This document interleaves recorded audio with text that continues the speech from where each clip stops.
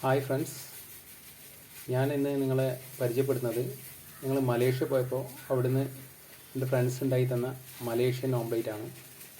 അതും അതിൻ്റെ കൂടെ പത്തലുമായിരുന്നു. അത് നമുക്ക് ഈ മലേഷ്യൻ ഓംപ്ലേറ്റ് ഉണ്ടാക്കേണ്ട ചേരുവകൾ എന്തൊക്കെയാണെന്ന് നമുക്ക് നോക്കാം. എന്നിട്ട് ഒരു 4 തക്കാളി തൊലി കളഞ്ഞ് വെച്ച് ചേർക്കുക. കുറച്ച് പച്ചമുളക്, ഒരു കഷ്ണം ഇഞ്ചി, കുറച്ച് കറിവേപ്പില, കുറച്ച് മല്ലിച്ചപ്പ്, കുറച്ച് പുതിന, 3 ഉള്ളി, 3 മുട്ട, ഒരു ഹാഫ് ലെമൺ, കുറച്ച് സാൾട്ട്, കുറച്ച് കുരുമുളക് പൊടി, അല്പം വെളിച്ചെണ്ണ. അപ്പോൾ ഇതുപയോഗിച്ച് നമുക്ക് മലേഷ്യൻ ഓംപ്ലേറ്റ് നമുക്കൊന്ന് ഉണ്ടാക്കി നോക്കാം. അപ്പോൾ നമുക്ക് ഉള്ളി കട്ട് ചെയ്യാൻ തുടങ്ങിയിട്ടുണ്ട്. സാധനം കട്ട് ചെയ്യുന്നു.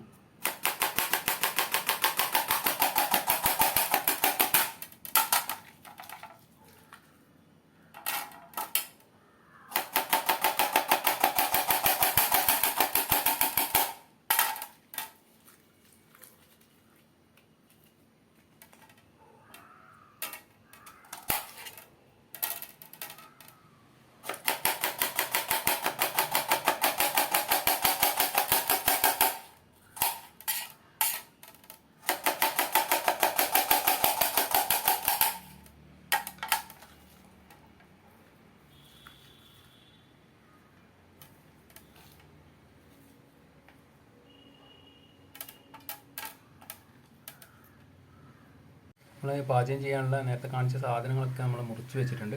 ഉള്ളി, അതുപോലെ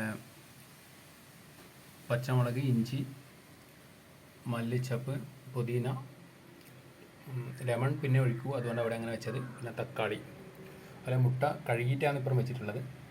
അപ്പം കുരുമുളക്, പിന്നെ ഉപ്പ്. അപ്പോൾ ഇനി അടുത്ത പാചകത്തിലേക്ക് നമുക്ക് നോക്കാം.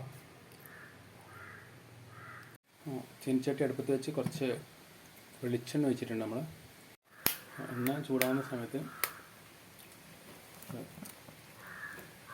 മുട്ട പൊടിച്ച് വെച്ചിട്ടുണ്ട്. ഒരു മുട്ട വെച്ചിട്ടുണ്ട്. ചെറിയ പീസായിട്ടാണ്.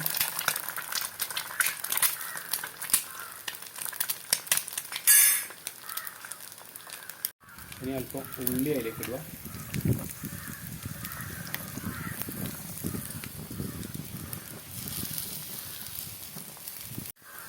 ഉള്ളി, പച്ചമുളക്, ഇഞ്ചി, എല്ലാ സാധനങ്ങളും കുറേശ്ശേ മിക്സായിട്ട് അതിലേക്ക് ഇട്ടേക്കുക. തക്കാളി,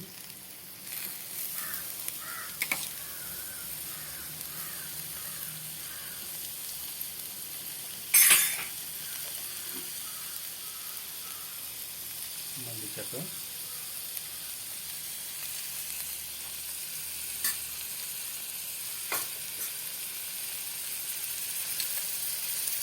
ലൈറ്റ് ഉപ്പിടുക.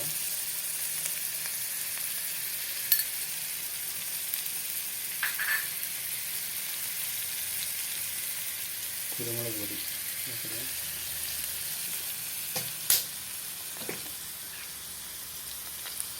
അതിനുശേഷം അടുത്ത മുട്ട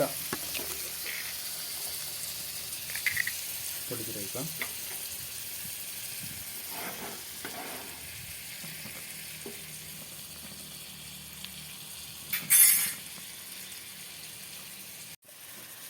പച്ചമുളക്,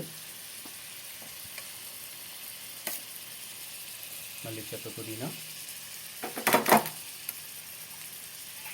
വീണ്ടും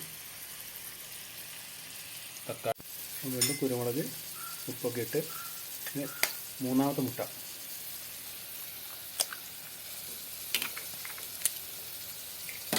നാരങ്ങ പിഴിഞ്ഞതിന് ശേഷം നമ്മൾ ഈ മുട്ട ആക്കിയത് ഇത് നേരെ മറിച്ചിടുക.